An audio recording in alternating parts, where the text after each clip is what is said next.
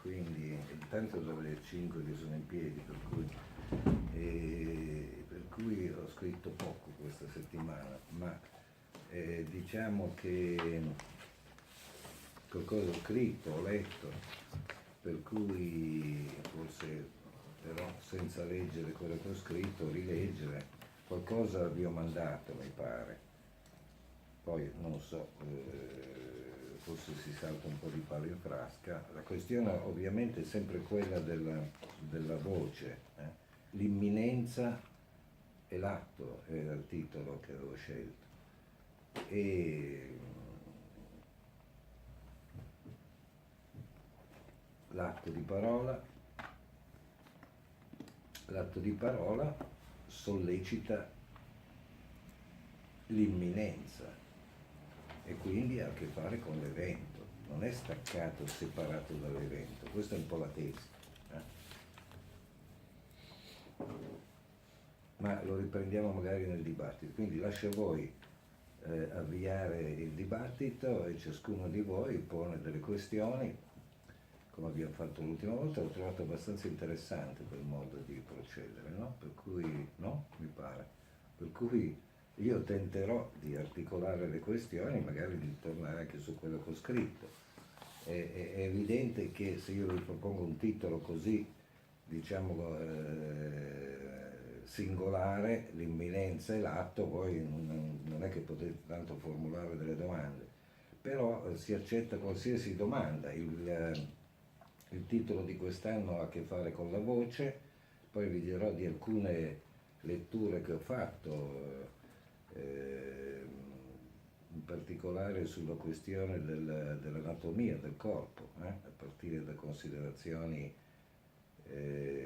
mediche, medicali, e dall'esperienza dell'ambiente medico che mi vado facendo in questi giorni, insomma, non per me, ma insomma. Per cui la questione dell'anatomia, no?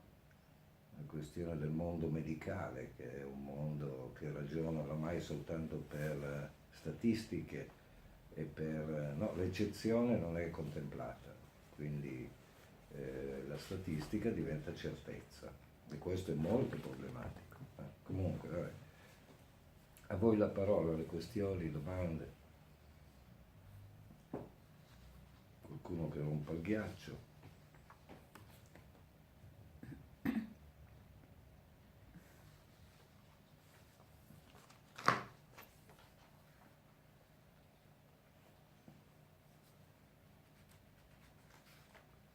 Io ho letto il tuo Sì. articolo, è imminenza e l'atto, l'imminenza e l'atto, intanto quella è, che sembrano due cose in qualche modo separate. Sì, o da correlare. E due, perché hai scelto imminenza quando imminente mi fa pensare a qualcosa che non c'è, qualcosa che non è in funzione, giustamente. L'irruzione dell'atto, la parola, la voce, l'irruzione mi suonava meglio, ma la domanda è come condensi l'imminenza, cioè che cosa, perché hai scelto imminenza? L'imminenza e non imminente, l'atto imminente, non so. Ma diciamo così che non è... dopodiché l'atto diventa imminente, ma imminente si riferisce all'evento, non all'atto. E quindi diciamo la questione che mi interroga, sulla quale mi interroga, soltanto imminente etimologicamente viene dal latino imminere, che vuol dire incombere, no? Però io avrei potuto anche usare il termine incombere, sovrastare, no? Ma etimologicamente imminente significa ciò che sporge, ciò che sporge. Però l'imminenza non è qualcosa che abbia luogo, che sia il riferimento al luogo, non è qualcosa di spaziale e non è qualcosa neppure da intendere secondo la durata temporale. Vedi che ci avviciniamo alla questione della voce, perché per me la voce è condizione e oggetto, la voce. e diciamo così qualsiasi atto di parola è anche atto di vocale, no? Che sia taciuto o meno la voce non ha importanza. Quindi questo termine di imminenza è da intendere come il fatto che l'evento è nell'atto di parola. So che è difficile cogliere questo, però che l'evento è già nell'atto, tramite la voce. Questa è la tesi di fondo che anima un po' tutto il mio seminario di quest'anno, che continuerà a interrogarmi. Cioè a dire, anche qui, ormai sai bene che io distingo per esempio tra evento e fatto. Fatto è il participio passato del verbo fare, il fatto è sempre fantasmatico. Noi facciamo una collezione di fatti, li mettiamo in ordine. Tra l'altro in tutta la storia della medicina, stavo riflettendo proprio su questo, no? Tutta la storia della medicina, anche quella rinascimentale antica, che anche se era molto folcloristica, insomma, no? Però dell'Ottocento in poi, che nasce sui tavoli di anatomia, procede in questa direzione. Vi spiego con un esempio, no? Bichat. C'è un passo che tra l'altro è il libro che vi inviterei davvero a leggere perché è di estremo interesse, è questo di Federico Leoni, che è un milanese che io conosco. Lui è allievo di Sini e ha scritto un libro secondo me bellissimo di storia, come una volta, no? Come Foucault, cita molto Foucault, ma ha anche una conoscenza approfondita, che ne so, da Pavlov a appunto Bichat, tutti gli storici della medicina, Strauss, eccetera, via dicendo. Pavlov, no? Che famoso, si sofferma molto sulla questione del cane di Pavlov. Ma per darvi solo un esempio, c'è un interrogativo che emerge alla fine dell'Ottocento, dopo che la medicina era nata sui tavoli di anatomia, con la dissezione, quindi c'era la concezione per esempio del corpo umano come un insieme di organi, ciascuno con una propria funzione.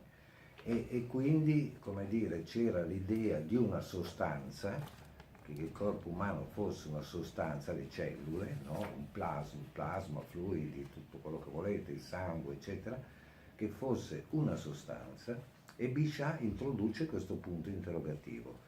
Bichat per esempio non si spiega come nei casi di tumore, cosa può accadere, parte di lì la sua riflessione, no?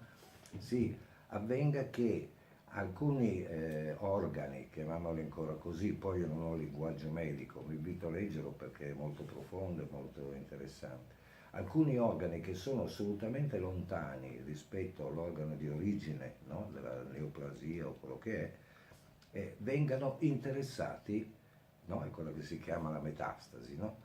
Si interroga molto su questo punto e alla fine lui arriva a dire: ma il problema è che noi pensiamo sempre alla carne, all'organismo come a qualcosa di sostanziale, di identico a sé, no? Lui dice: io parto invece dal punto di vista che è la funzione esercitata da quel tessuto che è identica, non esiste un principio di identità intrinseco alla sostanza e alla carne, è la funzione che quel tessuto è deputato a svolgere che si identifica con la funzione del tessuto che si è compromesso, sul quale è sorta la deformazione, no? Poi naturalmente la questione del tumore è ancora molto complessa perché c'è qualcosa di interessantissimo anche al di là di come viene concepito normalmente, perché il tumore in questo caso, come dire, è una sorta di autonomia locale di quella funzione che prende il sopravvento, questo lo dicono anche i medici, no? Una funzione che prende il sopravvento, però per noi autonomia locale lo si può usare anche simbolicamente per dire qualcosa che concerne il fantasma, no? Perché noi non parliamo più di un organo, noi parliamo di fantasmi. I fantasmi alla fine sono delle funzioni logiche, no? Quindi delle operazioni, ecco. Ma per dire come la questione, che forse adesso sto andando oltre la questione che ponevi tu, però la questione è che noi pensiamo sempre sia a un luogo, no? A uno spazio, quindi la sostanza che occuperebbe quello spazio e quindi quel luogo deputato, sia al tempo come lineare, e quindi che ci sarebbe un prima un adesso, un presente e poi un poi, no? E un dopo, un futuro. Ecco, Bichat lo dice questo abbastanza chiaramente, lui dice questa è la concezione che abbiamo ereditata da Cartesio, no? Da Cartesio, dalla filosofia, eccetera, che non regge nella medicina, ma non solo nella medicina, non regge più nella fisica, non regge più da nessuna parte, no? E lui propone, Bichat, propone l'identità della funzione, che poi dopo come intenda lui la funzione la lasciamo aperta, noi la intendiamo anche lì in modo diverso, la funzione è una relazione in atto con una condizione, potremmo dire, per noi la condizione è l'oggetto nella parola e quindi il sembiante, però questa è un'altra questione. Allora, quello che però mi interroga è proprio lì, e noi ne abbiamo parlato anche in associazione parecchio della questione del miracolo, dell'evento come miracolo o dell'accadimento, no? C'è una distinzione tra evento ed accadimento. L'accadimento è dell'ordine del fatto, no? Che domani piova è un accadimento, che sia piovuto ieri è un accadimento e così via. L'evento ha in relazione con questa condizione che sfugge, che non è situata né temporalmente né spazialmente e quindi è in relazione con l'oggetto nella parola. Allora a me pareva che l'atto di parola, no? Perché l'atto di parola, pensiamoci, non ha nessuno sfondo su cui si tiene, certo c'è l'altro da cui emerge, ma in quanto altro, perché nel momento in cui io comincio a dire, a parlare, io stesso adesso che sono qui, si tratta ciascuna volta di inventare, quindi è un atto inedito, poi posso anche citare, ma anche la citazione è inedita, perché la citazione, tolta dal contesto in cui era situata, è un atto di parola pure la citazione, diviene qualcosa che prosegue, che può proseguire, qualcosa di nuovo, qualcosa di inedito. Ecco, allora, quando intendo imminenza, io il termine l'avevo trovato anni fa ed è per quello che sono andato su questo termine, e l'avevo trovato in Rilke, no? Questo poeta tedesco, che nelle elegie, magari potremmo tentare di riprendere qualche cosa che dice Rilke sull'imminenza,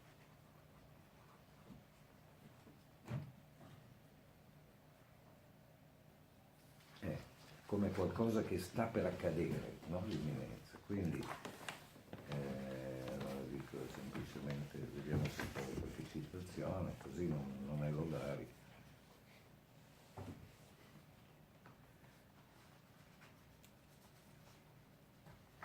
Vediamo un po' se ne trovo.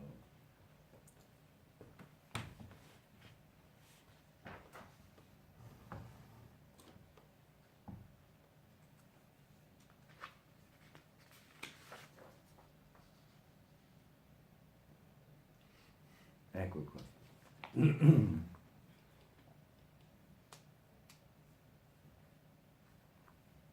Vabbè, lo faccio procedere da una cosa che ho scritto io, che vi leggo.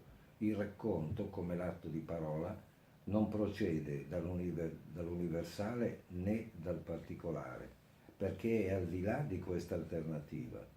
Punta all'essenziale, dissolvendo qualsiasi alternativa, al singolare, all'efficacia del singolare. Il racconto punta al sembiante, che si rivela come l'oggetto nella parola, che è destinatore e insieme destinatario, che è prima e dopo. Individuo e folla. Il racconto non è mai un estratto o un brano di realtà o una sua parte. Della realtà non è neppure la forma universale o ideale, ma è la condizione stessa della realtà. Il racconto non insegue alcuna cronologia, più o meno ideale dei fatti, perché non raddoppia alcuna realtà già sussistente. Se la forma è il primo modo, perché Rilke si interroga molto sulla forma, no?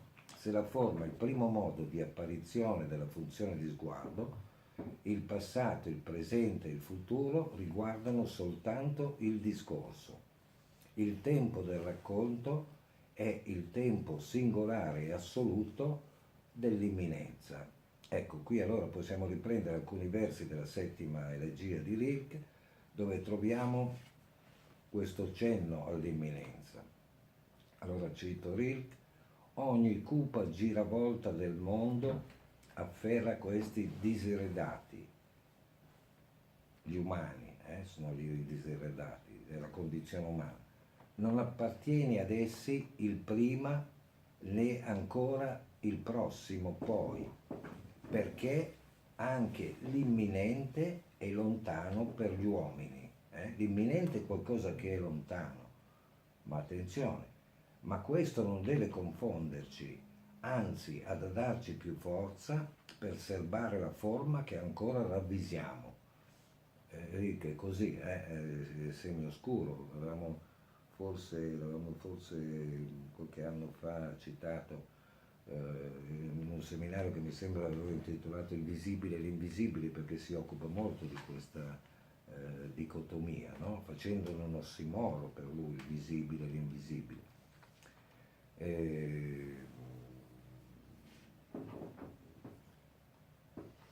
Vediamo se trovo un'altra citazione. Ecco il senso che lui dà a questa lontananza, no? La forma stava una volta fra gli uomini, stava in mezzo al destino che tutto rovina, in mezzo a quel non saper verso dove, stava come cosa che c'è e piegava a sé stelle dai cieli sicuri. Anche se non sappiamo cosa, qualcosa sta per accadere, ed è questa forma sicura che lo annuncia. Sta per accadere a me o a tutti gli umani? Ecco l'enigma difficile da risolvere, l'enigma capace di ribaltare ogni cosa che sia stata pensata. Il sé sono io o sono tutti? Tutti sono ciascun io, ma nessuna alternativa di fronte a sé. Ecco, in questo sé, che peraltro Rilke cita più volte, mi pare proprio di ravvisare questa questione, cioè l'oggetto nell'imminenza. E certo questa imminenza è difficile da cogliere, potete immaginare il modo con cui il neonato si volge verso il seno, attende, incontra, no? Oggetto, ciò che si getta contro il seno della mamma, no? Potete immaginare questo movimento, è qualcosa comunque di dinamico, no? Che trascina sia lo spazio che il tempo, no? O il piccolo del canguro che si dirige verso la borsa della mamma, no? Quindi ecco, c'è in questo concetto di imminenza, mi pare, poi se troviamo altri termini più interessanti sono ben lieto, insomma, però mi pare che c'è questa problematica del tempo e dello spazio che sono messe proprio tra parentesi, no? Che sono messe in questione anche in modo piuttosto radicale. No? Ecco, nell'imminenza c'è questo. Se però poi mi portate in un'altra direzione va benissimo. Io pensavo prima, non l'ho scritto questo, ripeto, ho avuto poco tempo questa settimana, ma pensavo che noi diciamo spesso che l'oggetto è causa, no? Anche la carne, oggetto causa di desideri, no? L'oggetto causa di godimento e così via. Ma in realtà è fantasmatico quando diciamo così. Noi possiamo dire sia che, per esempio, io pensavo la voce è causa rispetto all'evento, quindi è condizione dell'evento la voce, ma nello stesso tempo nell'evento è contenuta questa condizione. Quindi risulta molto difficile perché vale in una direzione e vale nell'altra. Risulta molto difficile. Allora potremmo dire così, perché un'altra cosa su cui mi interrogo è la preghiera, la recita se volete, no? Quindi potremmo anche dire così. Se la voce la utilizzo come causa, quindi la utilizzo, divento un utilizzabile per dire in termini heideggeriani, se utilizzo la voce l'evento diviene effetto. Non è più causa ma diviene effetto, ma nello stesso tempo è anche causa. Non so se mi sto spiegando, è un po' confuso tutto questo, però guardate bene che sono problemi che nascono nel campo della ricerca scientifica, no? In particolare nella fisica quantistica, nascono moltissimo questi eventi, no? Il famoso eccetera, è proprio impostato su questa questione, cioè non si sa più dove stia la causa, non si sa neppure dove stia lo spazio, perché la causa funziona al di là, no, della velocità della luce, quindi qualsiasi spazio, insomma, per cui abbiamo queste mirabolanti cose che accadono. Ma come vi ripeto, Bichat nell'Ottocento secondo me intuisce precisamente questa questione dell'imminenza, cioè dire del fatto di ciò che è estremamente lontano, che viene condizionato perché c'è un'identità della funzione. Dire identità della funzione la metterei tra parentesi, ma per capirci, no? Perché spiegavo prima, adesso mi spiace perché Valeria si è persa la parte Però ho letto quello che iniziale, lei ha inviato. no? Ho letto quello che lei ha inviato. Sì, però non È c'era un'altra in cosa. quello. Ed è una cosa che mi interroga, continuo a interrogarmi, mi leggerò ancora questo libro, poi bisogna vedere le ultime ricerche in anatomia. I medici di solito sono degli ignoratoni, sono dei, come dire, non parliamo poi dei chirurgi, ma insomma sono rimasti ancora l'Ottocento, loro vogliono tagliare, togliere, insomma. Adesso un po' si sono calmati, ma insomma il problema è, non so se l'ho indirizzato, se gli ho dato un orientamento, no? Il problema sono sempre quelli filosofici del tempo, dello spazio, della voce, e l'imminenza è questo, perché l'imminenza, uno potrebbe dire, è già qui, ma qui dove? Dov'è? L'imminenza è il fatto che io, utilizzando la voce, dissolvo la dimensione fantasmatica per cui l'oggetto è già situato là, l'accadimento è lontano da me, ma fissato, no? Definito nello spazio e nel tempo. Utilizzando la voce dissolvo questo fantasma e quindi cado, forse il termine giusto è proprio questo, cado nell'imminenza, un po' come ci dice Rilke, no? Lui parla spesso dell'angelo, per esempio, dell'annunciazione Rilke, da leggere, rimane a volte davvero difficile e oscuro, però c'è la sensazione in Rilke dell'evento legato all'annunciazione, quindi al dire l'annunciazione è l'invocazione, se volete, no? C'è l'idea dell'annunciazione, dell'invocazione. Quindi c'è l'idea di un'altra temporalità della percezione o della semi-percezione, perché tutto ciò non si può percepire, si può sentire, si può avvertire come l'imminenza, no? Occorre che non diventi, come nella nevrosi, appunto, incombenza, cioè occorre che non sia segnata dalla paura e dal timore, perché è un'altra cosa che qui non so se l'ho scritto in quello che vi ho mandato, perché poi ho proseguito, ma un'altra cosa che dico è questo, che la voce rende audace, quindi non c'è atto, l'atto in quanto tale è atto d'audacia, è atto imminente, quindi se c'è questa dimensione qui nell'atto, non c'è più la paura, non c'è più la paura o il coraggio, l'affrontare la morte, no? Perché il coraggio è l'altra faccia della paura in questo caso, sarebbe l'altra faccia della paura, c'è l'audacia nella parola, nell'atto di parola. Ecco, quindi nell'audacia c'è l'imminenza. Io sono sicuro nell'imminenza, non c'è nulla, non temo nulla, non c'è più la causa che sovrasta, che diventa incombente, quindi lo sguardo, nello specchio, nella voce, perché sono nell'atto, sono in atto. Vedete che si aprono dei nodi, no? Degli enigmi, io non pretendo di andare oltre, non voglio, però sono cose che sicuramente devono interrogare anche in relazione all'analisi, secondo me, no? Non so che cosa ti ho suggerito, magari qualcun altro, poi riprendo volentieri, perché stiamo adottando una nuova forma. Sì, della no? domanda. Precediamo le domande e le questioni. Lei ha letto, Sì, quindi ho magari ha letto. subito una questione. Ma solo un attimo perché devo andare a ritrovare. Era la frase Mm. sulla sintassi. Sì.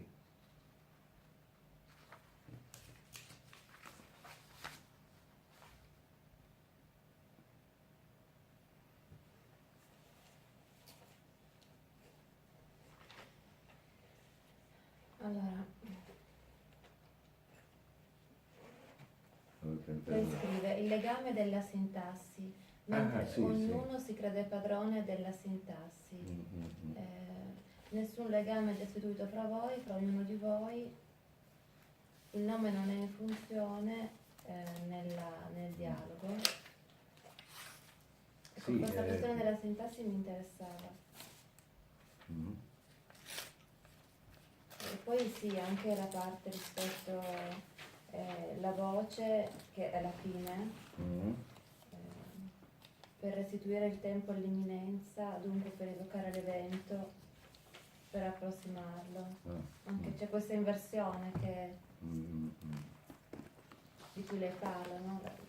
L'inversione rispetto al senso comune, diciamo così, la sovversione del tempo.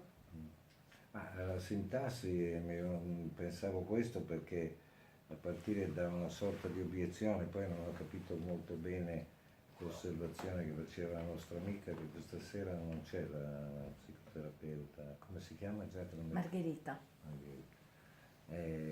No, che diceva che non capiva bene, se non ho capito male, non capiva bene il modo di strutturarsi di queste serate, no? Di questo seminario, cioè qualcuno che parla in cattedra,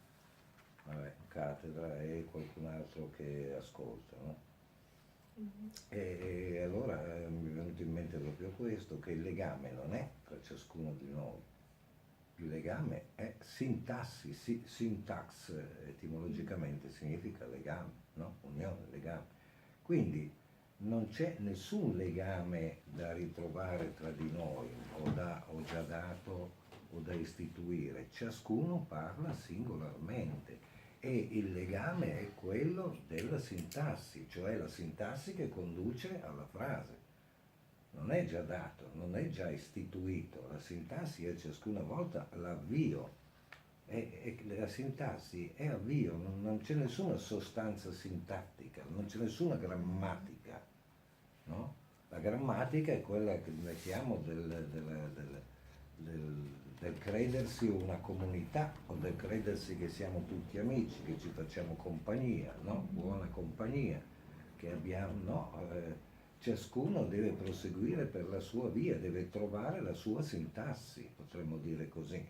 Poi in realtà, se volete, ciascuno parla nel suo idioma e l'idioma comprende la sintassi, la frase, il pragma. E l'idioma è originario, ciascuno parla a partire dal suo idioma, secondo il proprio idioma, e le cose stanno nell'idioma, le cose non è che sono già sono legate alla frase, al nome, quindi al nome, al significante o all'altro, sono nell'altro, ma nel senso che funzionano quando c'è la sintassi in funzione e la frase in funzione. Perché sia la sintassi in funzione e la frase in funzione occorre l'altro, occorre l'intervallo. In un primo tempo io volevo riflettere su qualcosa che poi magari sarebbe stato più noioso, ma che è la differenza tra la deduzione, l'induzione e l'abduzione, di cui abbiamo già parlato altre volte, no? Il discorso scientifico è sempre oscillato, ma non solo la logica, no? La matematica, eccetera, è sempre oscillato tra la prevalenza del processo deduttivo su quello induttivo, no? Cioè il processo deduttivo ci sarebbe una legge generale, no? Una legge universale dalla quale deduco tutti i singoli fenomeni. Il processo induttivo si svolgerebbe in senso contrario, nel senso che io parto dal particolare, dal singolo fenomeno e poi arrivo alla legge universale. Questo è fantasmatico, anche questa distinzione, perché in realtà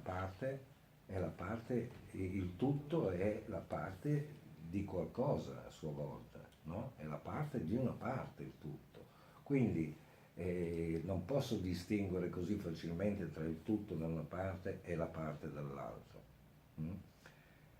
E non solo, ma il collegamento fondamentale, il ragionamento logico che si basa solo sulla deduzione, la sta idealizzando, fantasmatizzando, perché la deduzione è del nome, è a partire dal nome che qualcosa si deduce, è a partire dal significante che qualcosa si induce, quindi c'è l'iduzione o anche la seduzione, perché poi non vedo perché non si possa chiamare seduzione. Seduzione procede di lì, riguarda il significante. E tutto ciò non potrebbe avvenire senza l'abduzione. Quindi ancora la voce, l'intervallo non potrebbe avvenire, non potrebbe essere l'abduzione, abbiamo parlato molte volte citando quell'aneddoto di Pierce, sapete, questo logico americano che aveva perso che gli era stato rubato il cipollone sulla nave, ve lo ricordate, no? Non ne abbiamo parlato, cioè è come se, per intendere cosa fa, vabbè ve lo racconto così, anche se non sono sicuro di ricordarmi i dettagli, ma insomma lui era andato in Inghilterra, lui era americano, era andato in Inghilterra per un premio e gli era stato dato come premio al convegno, gli era stato dato un bel cipollone, siamo ai primi anni del Novecento, un bel cipollone di questi orologi da tasca che si usavano allora. E fatto sta che è sparito dalla cabina della nave. Allora lui si è risentito molto, ha chiesto al comandante della nave, loro hanno avviato tutte le loro indagini con il personale di bordo e non hanno ricavato niente, nessuno aveva rubato, lasciato traccia. E quindi lui cosa fa? Lui fa radunare tutto il personale sulla tolda della nave, li guarda quasi distrattamente uno per uno e poi indica col dito l'autore del furto. Ed effettivamente non so quanto ci sia di vero in questo aneddoto, però è per cogliere come l'abduzione in quanto tale non si basa su processi deduttivi già in atto o induttivi in atto come la polizia, per esempio, come il sistema giudiziario, peraltro, come i medici, se volete, no?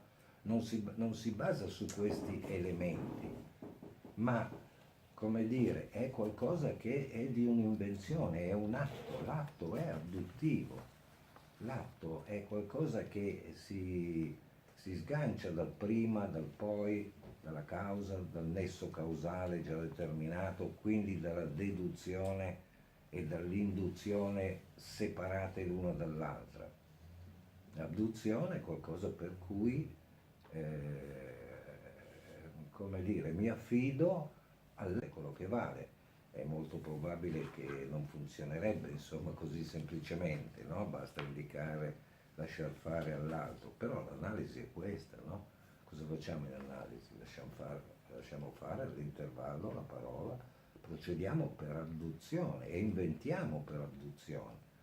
La vita è abduzione, non è né deduzione né induzione. Qualche volta usiamo anche la deduzione, a volte è utile utilizzarla naturalmente, però dobbiamo essere avvertiti che la deduzione in quanto tale procede con la sintassi, non è che c'è prima della sintassi. La condizione della deduzione è la sintassi, quindi il funzionamento del nome, dall'equivoco del nome. La condizione dell'induzione è il significante, quindi la menzogna del significante. E la questione dell'abduzione è l'altro, il registro pragmatico della parola. Non so, però anche qui sono andato un po' oltre rispetto a quella questione. Poi lei citava l'ultima parte, che non mi ricordo più cosa ho scritto per la verità, vediamo.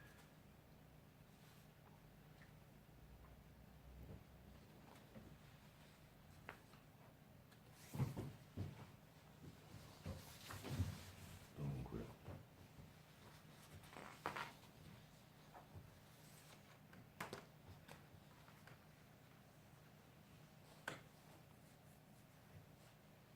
Ah sì, questo forse ve l'avevo mandato. audacia, no? Come effetto dell'imminenza. Ah, la voce per istituire al tempo l'imminenza, era questo passo che lei citava? Sì.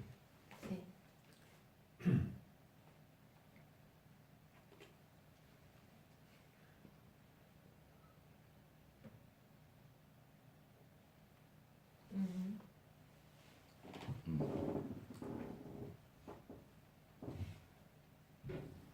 Sì, nessuna padronanza sul tempo, nessun soggetto padrone del tempo. L'approccio al tempo non può non considerare l'imminenza, è quello cui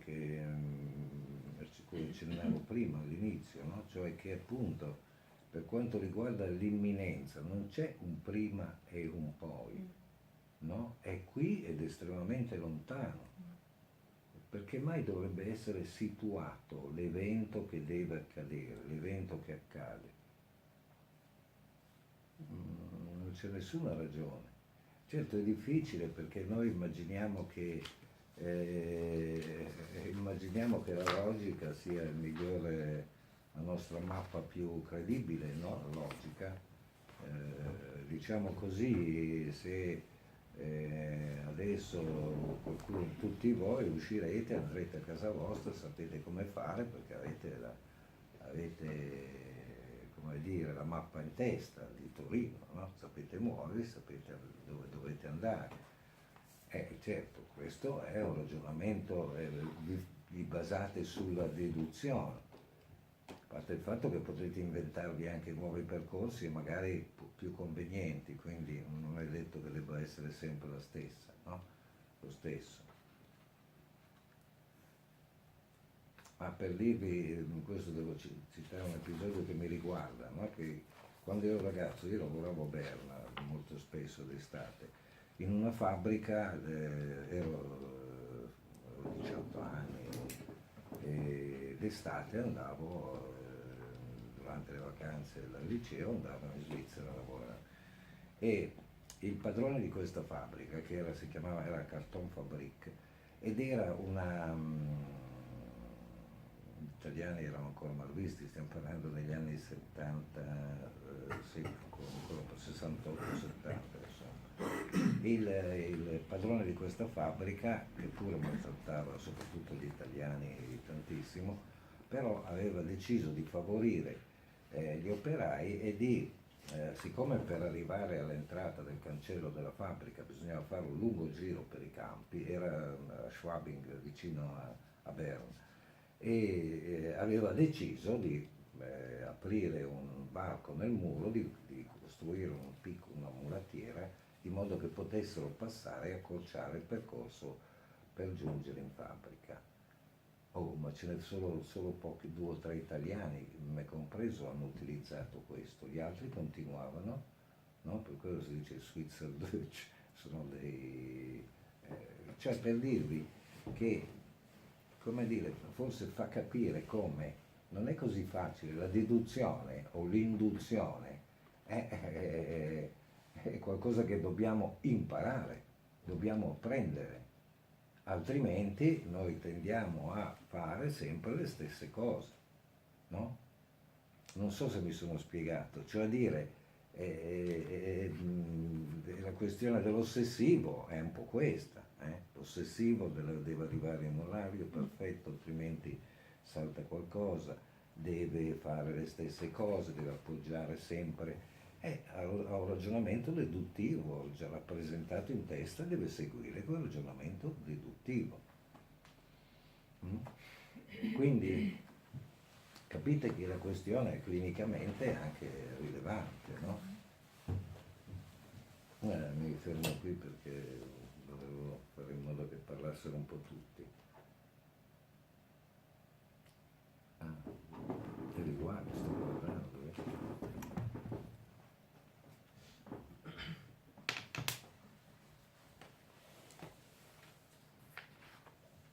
Se c'è qualcosa che vi ha colpito in quello che ho detto, qualcosa che vi...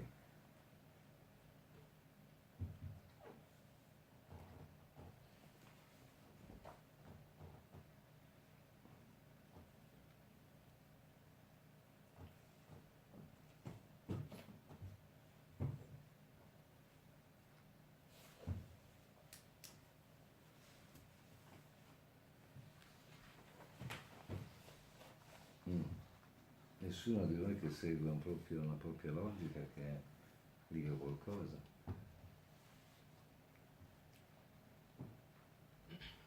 Mica. Ha sospirato, quindi. Sì, no, sì, beh, intanto vabbè, già un paio di questioni le abbiamo perché mi ero soffermata sull'induzione e deduzione, che sono andata a cercare l'etimologia di abduzione, Sì. quindi era già una delle questioni e mi ha già detto abbastanza da accogliere, da aver colto, Certo. insomma. Pensavo che imminenza mi fa pensare all'extimité di cui Allora? parla Lacan, l'extimité. Ah, l'extimité. Lui gioca, no? Con la parola... Extimité significa ex, esterno, timità, intimo, dentro e fuori, no? Esatto, quindi a questo non esserci uno spazio né vicino né lontano, però vicino, però non, insomma, quello che... Ma credo che Lacan sia arrivato anche alla topologia, proprio a partire da considerazioni di questo tipo, cioè a dire sospendere lo spazio, no? Come inteso come luogo. Non è che noi salviamo il dove, ma il dove occorre ritrovarlo ciascuna volta. Il dove è un effetto della parola, il luogo non è dato. Extimité vuol dire mettere in questione questo. Nella topologia, la bottiglia di Klein, per esempio, non c'è né un esterno né un interno, no? Perché sì. avete presente il collo della bottiglia rientra nella bottiglia stessa, no? Quindi in realtà quello che è esterno si confina con l'interno e quello che è interno confina con l'esterno. Quindi c'è sicuramente Lacan, secondo me, aveva in mente questo quando, poi non so se Lacan parla mai di imminenza, non credo, perché per lui ha ancora una concezione, la concezione del tempo di Lacan è interessante, però rimane nell'ambito della questione fantasmatica, no? L'istante dello sguardo, il tempo per comprendere e il momento di concludere. E la questione, quello è il fantasma, cioè è il fantasma. Ed è interessante però perché, come dire, c'è l'avvio ma c'è anche la tripartizione, se volete, no? C'è l'avvio, l'istante dello sguardo, solo che l'istante dello sguardo non vede nulla. Questo Lacan tra l'altro lo dice, no? Questo testo è perché noi, con l'esempio dei 5 prigionieri, del gioco, vabbè, adesso non lo rifacciamo che quello, se non ce la caviamo più, però dice che ciascuno vede quello che crede di vedere, no? È il principio di identità, quindi mette in questione il principio di identità. E mettere in questione il principio di identità, quindi il nome in funzione, l'equivoco, l'errore di calcolo, è l'avvio della questione, no? È l'avvio. Poi c'è il tempo per comprendere, quindi il tempo come durata, fantasmatico, no? Potremmo dire la frase, se vogliamo, no?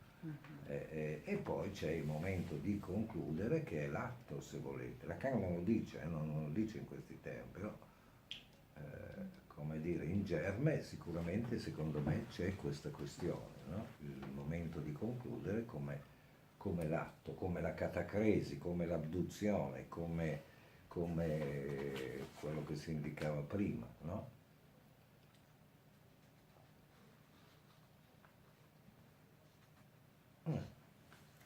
Ho apprezzato molto Perché lei ha in poi... mente la citazione precisa in cui Lacan parla di estimità? Perché io non mi ricordo, l'ho letto anch'io ma non mi ricordo. No, sinceramente no. Ho anche provato a... Sicuramente è legato all'existence, però non saprei adesso ricollocare esattamente, no. Non so. Però si ritrova, insomma. Perché poi bisognerebbe rifarlo questo giochetto, ma alla fine ha ricevuto molte obiezioni al gioco dei 3 prigionieri, dei 5 dischi, sapete, 3 bianchi e 2 neri. Perché alla fine Lacan è stato costretto a dire che la soluzione non dipende da un ragionamento deduttivo, punto, perché dipende dall'attesa, no? Lui dice, il termine francese non me lo ricordo, ma diciamo così, dall'esitazione, dal fatto che gli altri attendono. E se gli altri non attendono non funziona, quindi dipende dal ritardo, ecco la questione fantasmatica, no? Dipende dal ritardo, dalla decisione, ma quello non è più un atto, è una decisione fondata sul fantasma della durata. Se l'altro attende, allora io faccio così, ho la verità in tasca, io sono bianco e quindi posso uscire, no? Però bisognerebbe rifare il giochetto, adesso non lo facciamo, sarebbe interessante metterlo in forma teatrale, insomma. Magari la prossima volta, se siete interessati, possiamo farlo. Ma... Sì. Mm.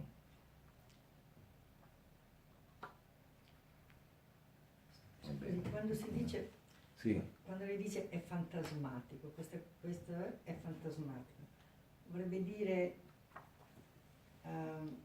che uno pensa che sia quella la verità, ma è un fantasma perché non esiste il vero, cioè vuol dire, io non capisco bene che cosa intende dire quando sì, dice, lei solleva una qualcosa questione, che... a mio parere, molto cruciale, perché sulla quale dobbiamo ancora E interrogarci. qualche volta credo di capire bene che cosa significa, però certe altre volte mi manda un po' in crisi.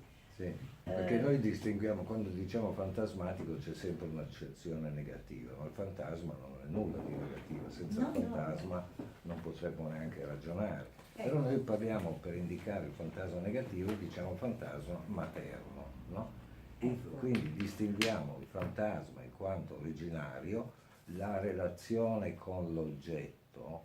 Ecco, però a questo punto, visto che la questione è quella della causa, della condizione, potremmo dire così, quando il fantasma è utile operativamente, l'esempio che ho fatto prima, per andare a casa vostra utilizzate il fantasma, è operativo, no? Dite devo arrivare lì, poi devo girare a destra, poi devo Sì, andare di questa là, là c'è il certezza che uno semaforo. ha, ecco. Quello è il fantasma, no? Ed è importante che ci sia, altrimenti siamo fregati, no? Però un conto è quel fantasma, un conto è quel fantasma che si fissa e diventa quello dell'ossessivo, o degli svizzeri tedeschi che se non è così, che chissà che continuano succede. a fare, Ecco. quello è il fantasma materno, no? Diventa, che continuano a fare il giro lungo perché c'è l'abitudine, per sicurezza, per paura, per tanti motivi, no? Perché magari perché gli piace camminare per la campagna, Sì, ormai però, sono abituati ad ecco. alzarsi alla stessa ora e quindi va bene così, non lo so. Sì. Però ecco, quello sarebbe piuttosto il fantasma Fantasma materno, materno. no? La legge come assoluta. Sì, che Eh. deve essere così, La altrimenti deduzione va in assoluta. crisi. Ecco, Sì. però è tutto da ricordare, anche Sì. perché c'è un fantasma sintattico, un fantasma frastico e un fantasma pragmatico, no? Quindi si tratterebbe di distinguere bene le questioni. Però fantasma.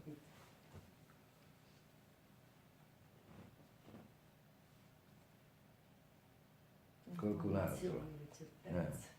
Gianluca, vai, sollecito io, tanto Gianluca c'è sempre qualcosa da dire. Mi veniva da pensare a quello che si era detto la volta scorsa. Si era parlato del desiderio, collegandolo con l'inconscio e poi comunque parlando del desiderio. Che a mio avviso il desiderio, come dire, si tenta sempre di, cioè si fa salvare, anzi si fa quasi anche, come si può dire, si tenta sempre di salvare e si fa salvare questo desiderio, no? Ci attrae questo desiderio. Ma in realtà il desiderio è molto pericoloso, nel senso che c'è sempre il soggetto. È pericoloso? Sì, perché si rischia sempre poi di cadere nel soggetto che alla fine desidera, si sente desiderante, probabilmente si sente euforico. Invece la questione dell'imminenza, sì, la questione dell'imminenza è certo, lì è la questione dell'atto. Se le questioni sono in atto si può giungere all'imminenza, si può giungere all'evento, si può giungere alla profezia, insomma queste sono le questioni essenziali rispetto alla questione della parola in atto.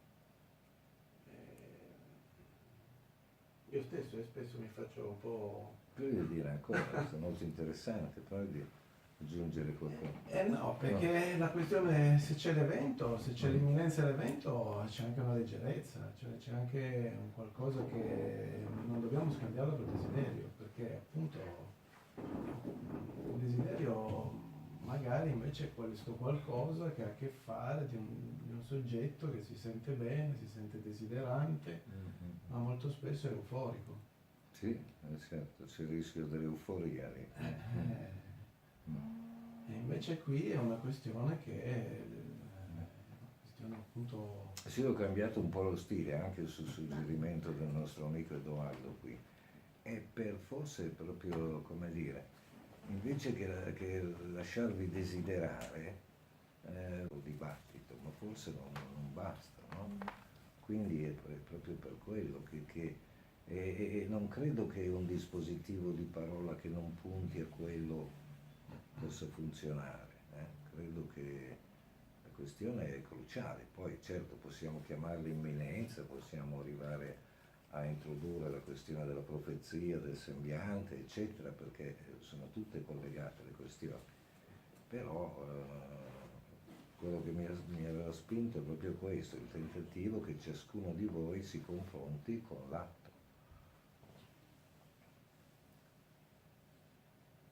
Qualcuno non ha bisogno di essere sollecitato, qualcuno interviene sempre comunque. No? Aggiunga qualcosa, dica quello che crede. Sì. Posso farti una domanda provocatoria?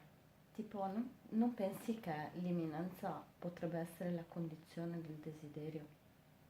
Mi è venuto da pensare rispetto al fantasma, se potremmo dire, se ha senso dire magari che lei prima ha detto se siamo nell'imminenza, quando siamo nell'imminenza ci sentiamo sicuri, non c'è più la causa che sovrasta, no? Perché ho pensato per il fantasma, no? Che si potrebbe pensare come una condizione di... cioè la condizione in cui la causa sovrasta, mentre l'imminenza proprio la condizione invece che permette di desiderare, no? Proprio perché non c'è più la causa che sovrasta, no? Non c'è più qualcosa di esterno che incombe, no? Che poi la Vox Populi è bellissima la metafora, cioè sembra un po', no? Questo qualcosa che incombe, che appunto non permette di...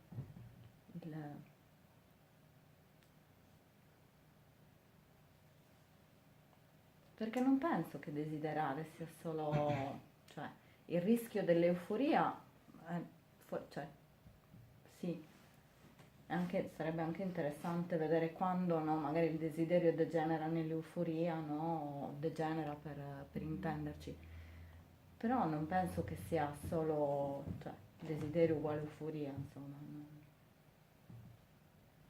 Io, come Sì, dicevo il prima... desiderio, quello che diciamo, scusi, dico solo quello, il desiderio lo situiamo piuttosto a livello della metonimia, quindi il registro dello sguardo, della frase, mentre invece l'imminenza sicuramente è nel registro pragmatico della parola, è diverso.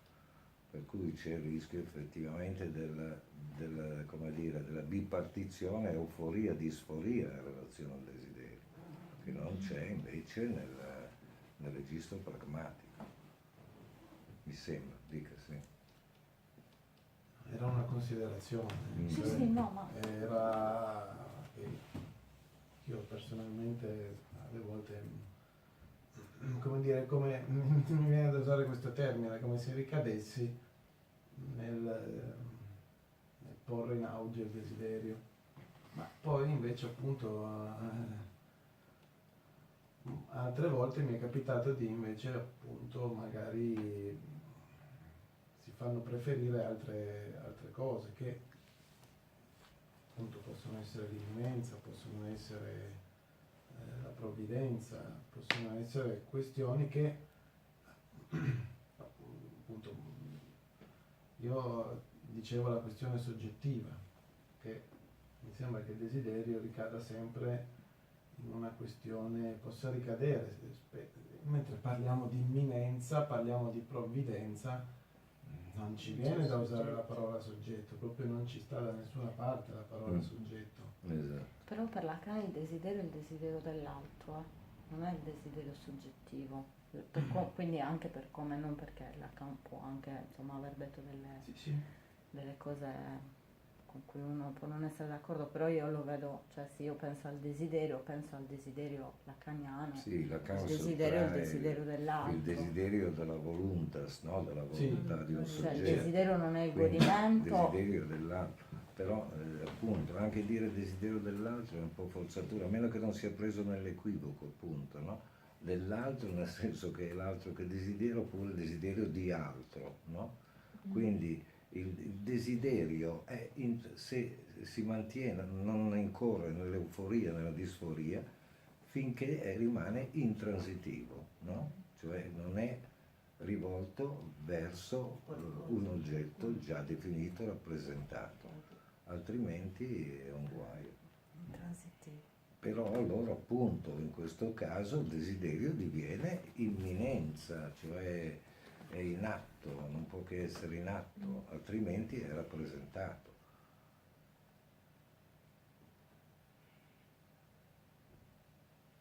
Sì, queste questioni poi pongono anche come dire, in gioco anche a questo punto la questione della pulsione, la famosa questione della pulsione, perché a questo punto anche lì diciamo, il confine è abbastanza prossimo rispetto a un'ipotesi di desiderio con l'ipotesi della pulsione. Quando c'è pulsione, cosa accade quando c'è pulsione? È un'altra cosa che no? Non è così facile, cioè, sembrerebbe facile, ma a me questa cosa mi veniva in mente facendo una riflessione in questi giorni che sto leggendo un romanzo, adesso non so se qualcuno, questo premio Nobel della letteratura, questo giapponese, Come si chiama? non so dirvelo No. il nome, è un nome giapponese che ho visto che l'hanno premiato io non avevo mai letto niente di costui, quindi ho preso un libro. Ma è stato premiato Quest'anno, nel recentemente? 2017. Sì. E boh, adesso non posso raccontarvi tutta la storia, comunque Come il titolo, scusa. non lasciarmi, il titolo in italiano Sì, è sì, sì, non non lasciarmi. lasciarmi, sì. Ci sono questo gruppo abbastanza particolare, è un libro al limite anche con la fantascienza, tra l'altro. Forse ce l'ho. E parla di questo gruppo di ragazzi che cioè, descrive, una delle cose che descrive di questo gruppo di ragazzi, che tra l'altro immaginassimoci una società che questi ragazzi sono dei futuri donatori di Ho organi. fatto anche un film. Ah. Sì, ce l'ho. Sono dei futuri donatori di organi, quindi appunto stiamo parlando del limite della fantascienza. E comunque li descrive in che cosa accade in questa loro comunità in cui vivono, no? E come dire, la questione noi spesso quando parliamo della domanda che deve rimanere aperta, che come intenderla questa questione anche rispetto alla questione della teoria, no? Rispetto alla domanda non deve rimanere chiusa, non bisogna dare risposte, la teoria serve perché la domanda rimanga aperta. Però questa domanda appunto come intenderla? È anche questo che pensavo anche alla pulsione, perché in questo libro parla di questi ragazzi che hanno lasciato in sospeso ma delle loro fantasmatiche a un certo punto. Allora, l'insegnante aveva fatto questo gesto, aveva detto questa frase, anni dopo in qualche modo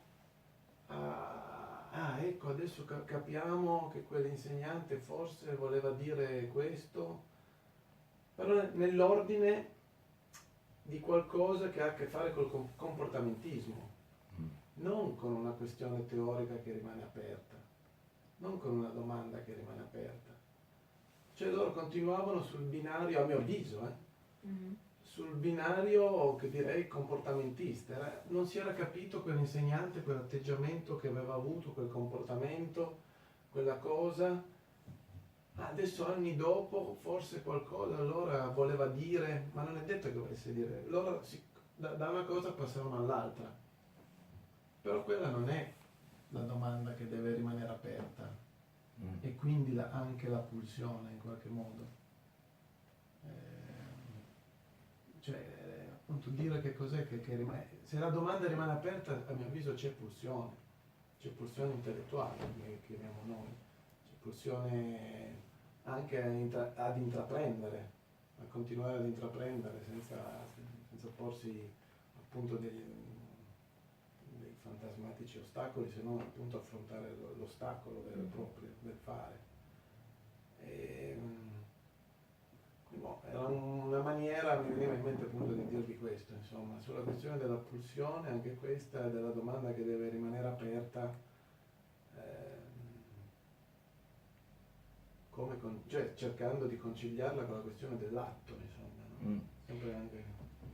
La domanda rimane aperta anche perché quando, come dire, siamo nel campo del desiderio, diciamo, in linea di massima, e per il fatto che il desiderio, per riprendere la frase di Lacan, è dell'altro e va oltre il fatto di desiderare il desiderio dell'altro, cioè è qualcosa di più. Quindi ha a che fare con l'oggetto, e con questo oggetto che però è un essere di parola e ha un idioma che è assolutamente singolare. E quindi ciascuna volta in cui ci confrontiamo con un altro, diciamo un altro radicale, che non è solo il simile, è proprio l'altro, non possiamo smettere di provare a tradurre.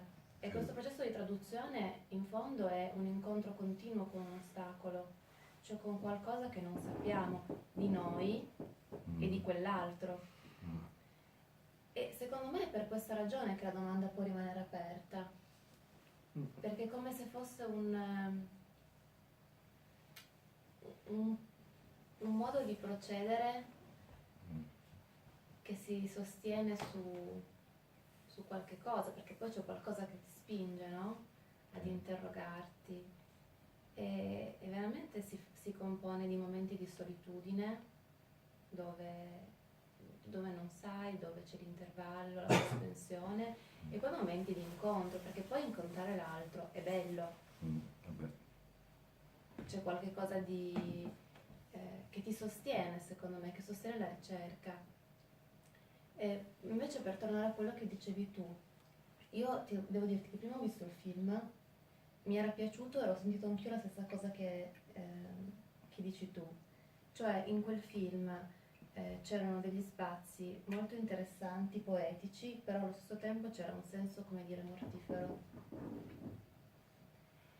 E infatti quando poi mi hanno regalato il libro non ho cominciato, cioè ce l'ho lì, ma non è stato lì perché ho detto, vabbè, adesso tu ne hai parlato, mi hai fatto venire voglia di leggerlo, però se di nuovo mi ripeti quella cosa, aspetto ancora un attimino, aspetto di dimenticarmi ancora un po' del libro magari.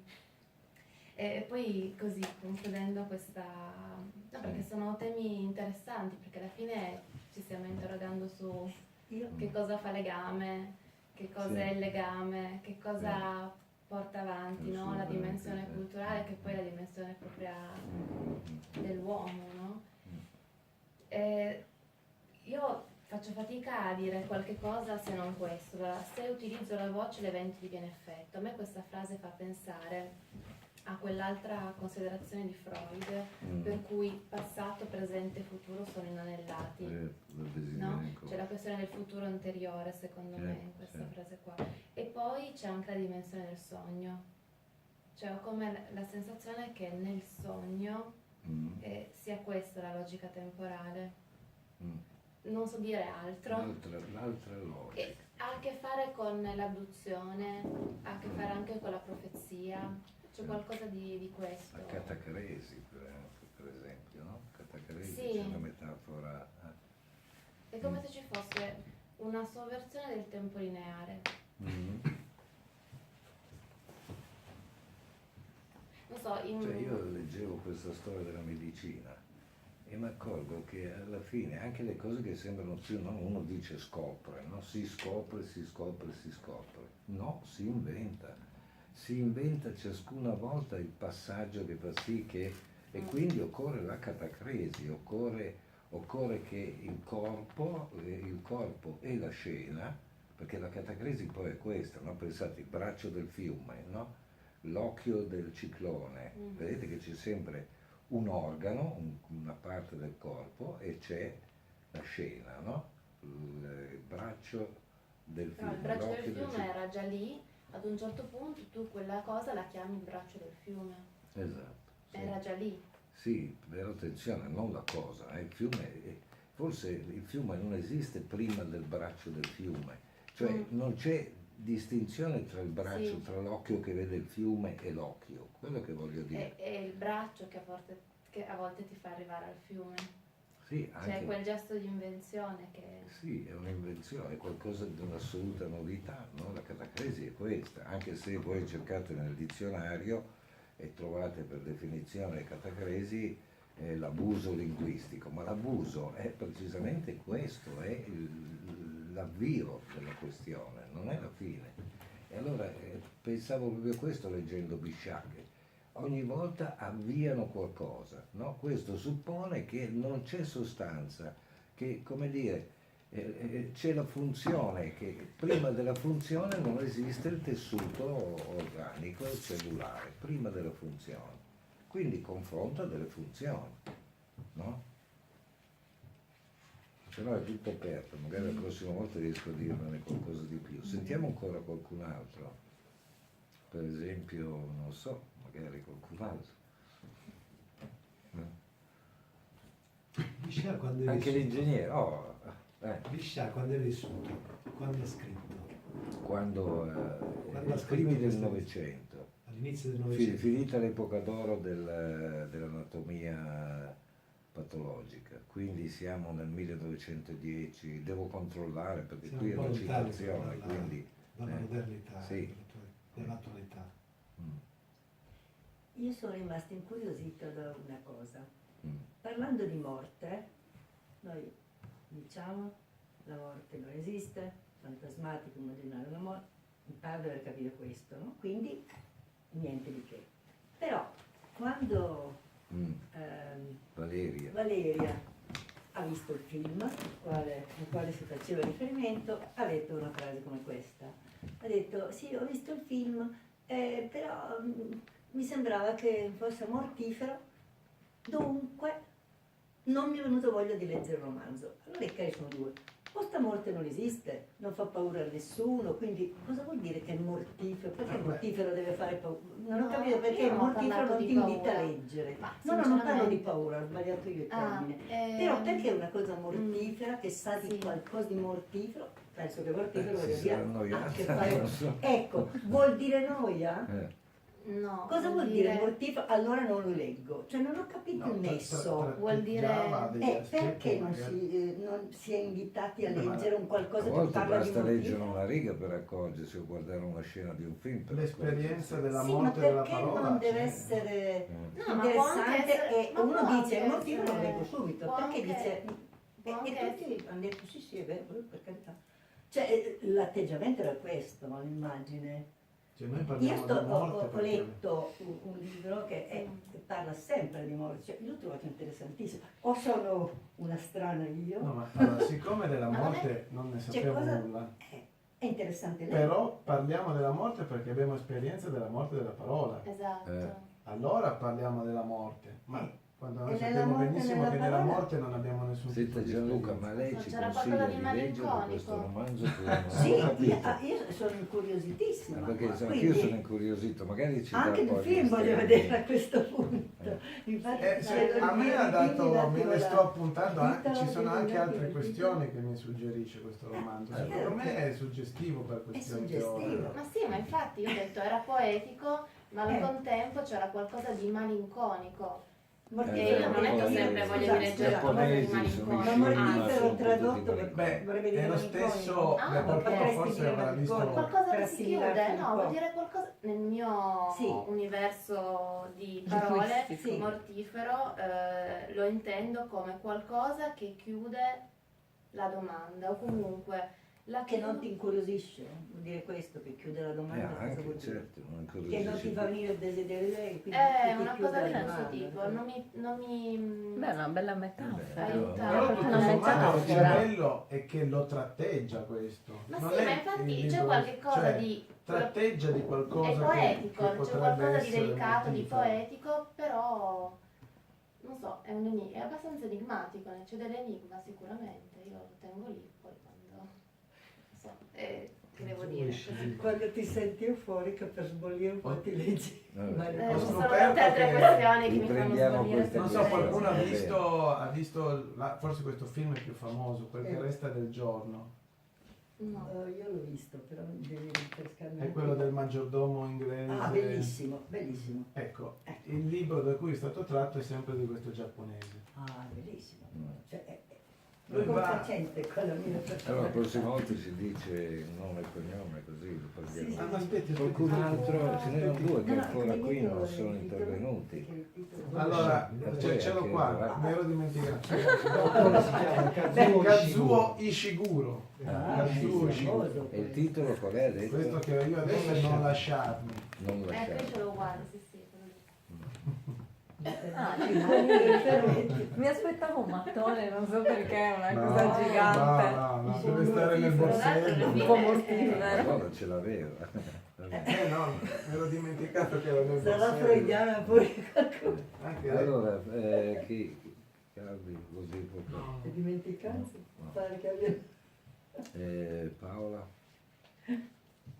Ma non tutto quello che è scritto. Troppo complicato Eh, per eh. me tutto, nel senso Mm. che questa assenza mi stavo iniziando più o meno a provare a capire un po' cioè, il linguaggio, no? Adesso ho perso un'altra volta, quindi un attimo, per stasera diciamo tutto il linguaggio utilizzato è più che teorico per me, non Mm. devo, perché naturalmente non avendo conoscenza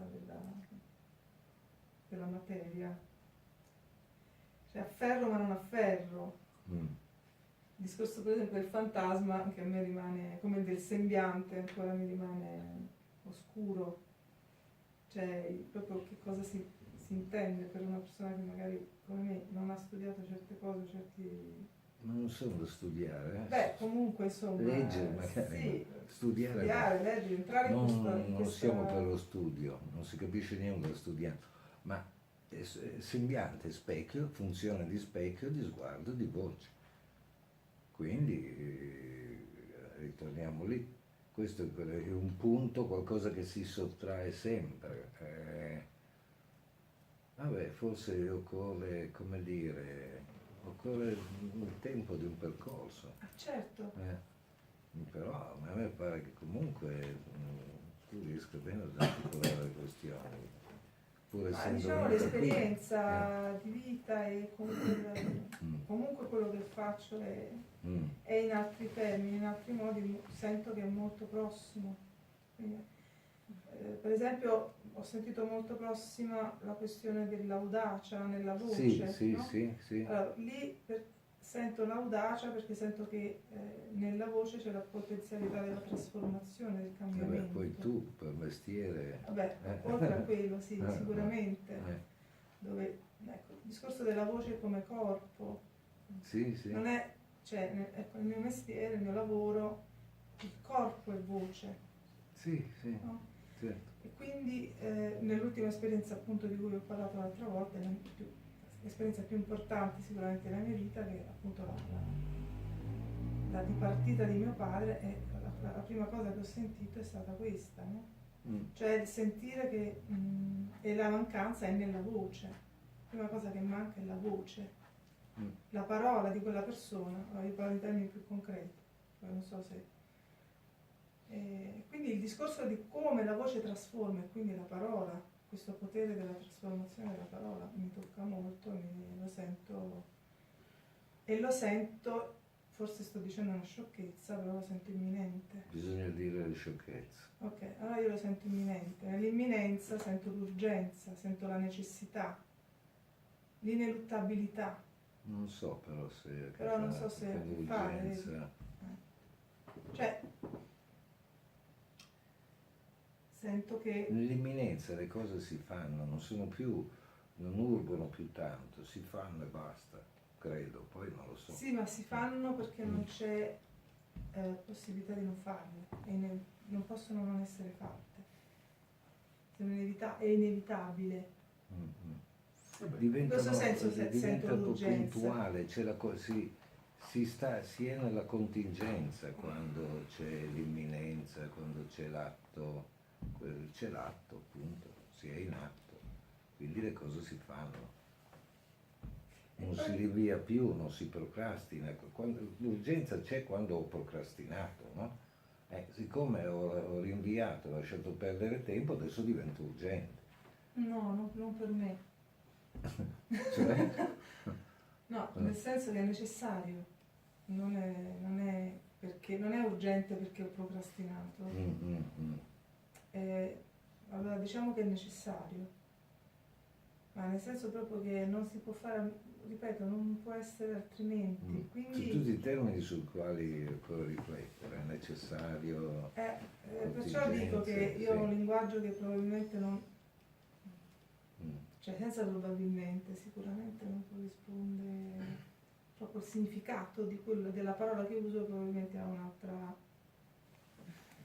Scusa, per continuare solo su Kazuo Ishiguro, nel 95 è scritto tra l'altro proprio su questa questione qui, Gli inconsolabili, che è un console. Dovrebbe essermi arrivato oggi a casa. Ecco, dove lui è un pianista che in 3 giorni deve fare una performance, deve allenarsi in un hotel in centro Europa, e proprio qui viene preso in una rete, se ricordo bene, di appuntamenti e di cose che rinviano continuamente questa necessità di doversi preparare per questo, di cui lui tra l'altro non ricorda nemmeno di essersi mai riservato in agenda questi appuntamenti che gli altri dicono che lui ha.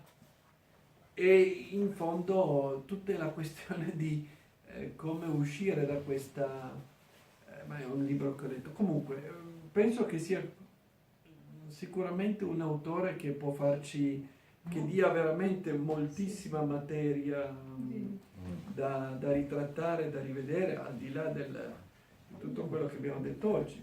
Non a caso è un bel premio Nobel. Poi le traduzioni anche lì da vedere, perché sono traduzioni. Lui ha scritto in inglese. In inglese, questo l'avevo letto in inglese, infatti scriveva in inglese, pochi ricordi. Però so che già le prime pagine sono pagine che ti portano all'interno di queste relazioni svolte in modo completamente inusuale da noi, no? Perché Com'è lo c'è solo la spelling? trama. Com'è The Unconsoled, gli inconsolabili. Non so perché l'abbiano tradotto così. L'autore? Kazuo. K-A-Z-U-O. Z? Ishiguro, come Kazuo. E poi Kazuo, quindi. Kazuo. C'è una I prima. I-S-H I-S-H I-G-U G-U IGU. R-O. mia. R-O. Ishiguro. Ishiguro, va bene. Non lasciare. Non lasciare. Ok, l'anfondo, amico, niente? No. Va bene, allora ci vediamo anche qui. Io per la funzione, questa è una rappresentazione come la sostanza. La funzione è solo una rappresentazione. Si può vedere come una rappresentazione determinata. Capito l'obiezione? La sostanza è una rappresentazione statica, Sì. la funzione è una rappresentazione dinamica. Sempre una rappresentazione. Beh, questo è già interessante. Sì. Però Non si sente. Però un conto è la stasi, un conto è il dinamos, no? Il movimento. però non sempre quello di fisso, di fermo. Va bene, la teniamo come Infatti obiezione. il primo Lodari parlava di dispositivo. Fu una mia domanda di qualche tempo fa, la distinzione tra dispositivo e funzione. Fino a un certo tempo si è parlato di dispositivo. Da un po' di volte si parla di funzione, che frega un po'. Sì, ritornerò su questa questione perché è cruciale il concetto di funzione. Funzione si usa in logica, si usa in matematica, si usa in fisica, Una formula, ovunque. una No? funzione. La funzione di solito, la definizione che si dà è che c'è una grandezza che dipende da un'altra grandezza. Solo che se la funzione è originaria, per esempio noi diciamo la funzione del sembiante è funzione di voce. Cosa intendiamo dire? Intendiamo dire che a partire di lì possiamo stabilire delle relazioni, possiamo cominciare a parlare. Senz'altro penso soltanto quello intendevo funzione, perché altrimenti vuol dire rappresentarsi il sembiante. Tutto aperto qui, non è che lasciamo aperta la questione, però non è che vuoi buttare via il bambino con l'acqua sporca del bagno, no? Buttiamo via intanto la sostanza, poi magari buttiamo via anche la funzione. Nelle scienze la Va funzione, bene? nelle scienze la funzione è fondamentale.